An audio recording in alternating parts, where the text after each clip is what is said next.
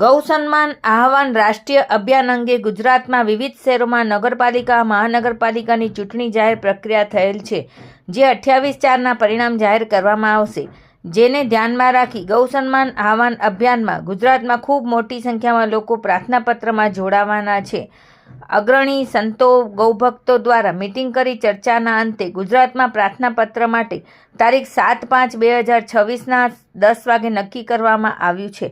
કચ્છ જિલ્લામાં હાલ ગુજરાત, સૌરાષ્ટ્ર, કચ્છ જિલ્લામાં વિવિધ વિસ્તારોમાં ગૌમાતાની હત્યા બંધ થાય અને રાષ્ટ્રીય માતા જાહેર થાય તે હેતુ સરકારને પ્રાર્થનાપત્ર આપવા માટે લોકસંપર્ક શરૂ થયો છે. ત્યારે અત્યારે મહાઅભિયાનના ભાગરૂપે હસ્તાક્ષર અભિયાન શરૂ છે. સર્વે સનાતની સમાજનો ખૂબ સારો સહયોગ મળી રહ્યો છે.